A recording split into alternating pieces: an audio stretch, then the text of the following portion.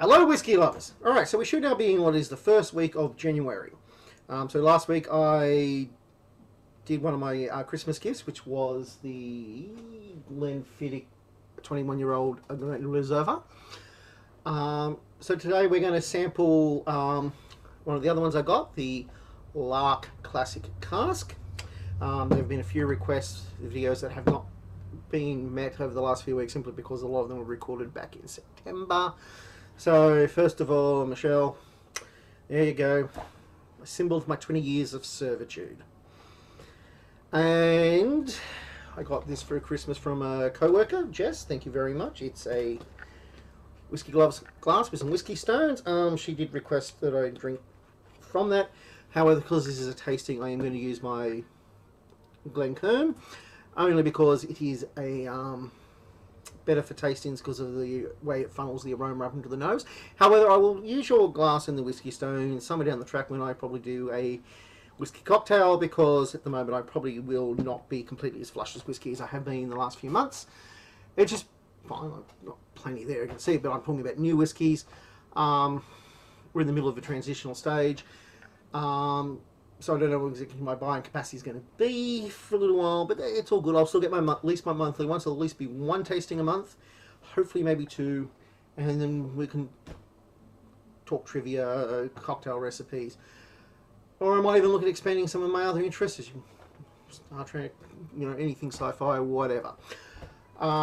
If you haven't already checked out, I have actually done some Star Trek Online stuff that I might try to pick up a bit more on, but that's a bit more time consuming than just sitting here talking to a camera.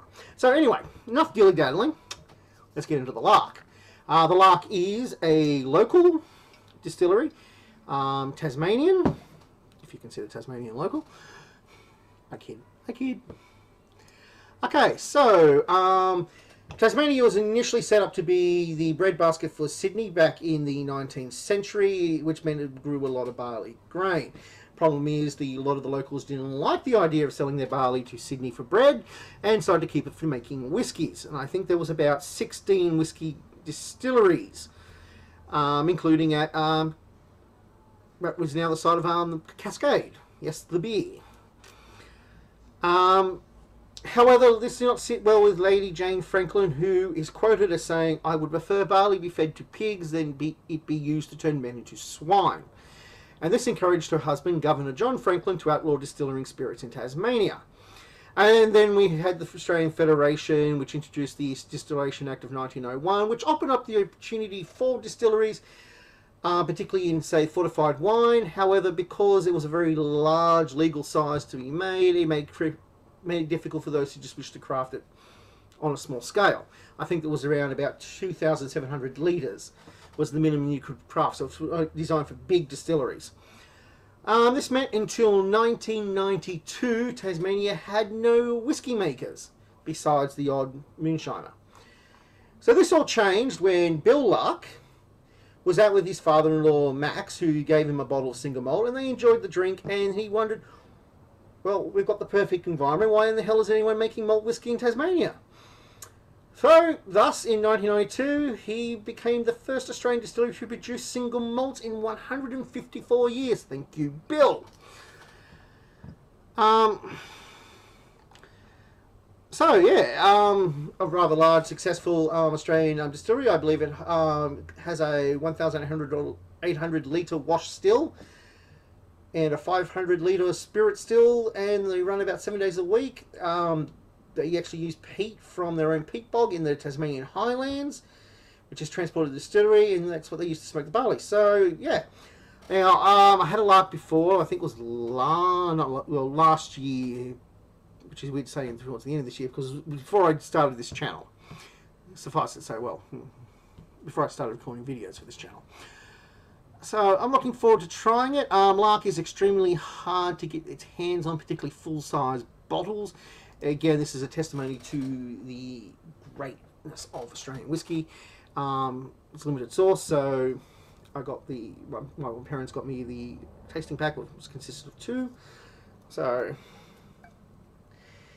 let's get into it. I am not babbling to distract from the fact that I'm having trouble opening this. Nope, not at all. There we go.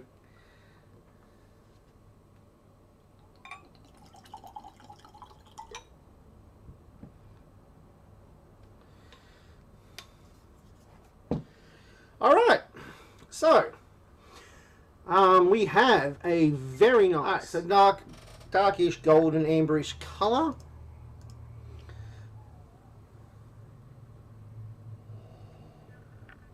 It's already got a very nice fruity smell. Apricot.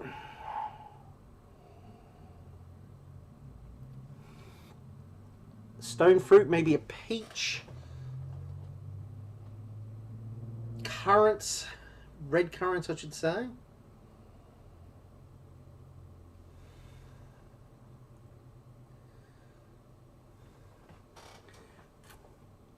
Bit of yolk. Toffee. Maybe a hint of black tea.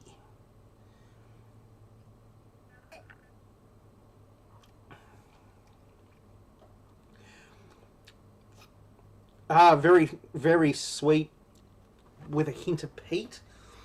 The fruit notes are still there. Also, it's like toffee, clove, a little bit of a spicy flavour.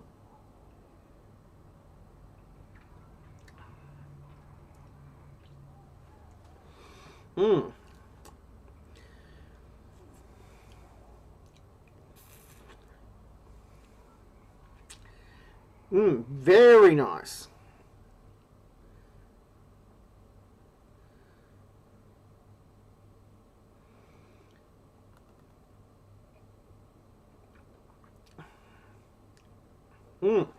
Alright, so very fruity. There's definitely hints of peach, apricot, red currants, maybe a bit of black currant. There's some black tea sort of smell there, the taste. A bit of nuttiness. It's a very nicely balanced, very drinkable whiskey. Highly recommended. Like I said, though, it is difficult to get your hands on because Tasmania, you know, in comparison to large distilleries in Scotland and America, they tend to be very small and they make it very difficult to get your hands on them. Yeah, I definitely like this one. So this is the first week of January, so it possibly is ordering week for the club, which means possibly next week is the club tasting, or it will be the Lark's companion, the PX brandy and sherry casks. So looking forward to trying that one, and the club tasting, which looks to be very, very delicious. So, well, the club has never steered me wrong, so it probably will be very, very delicious. Yeah. So until next time, Santé.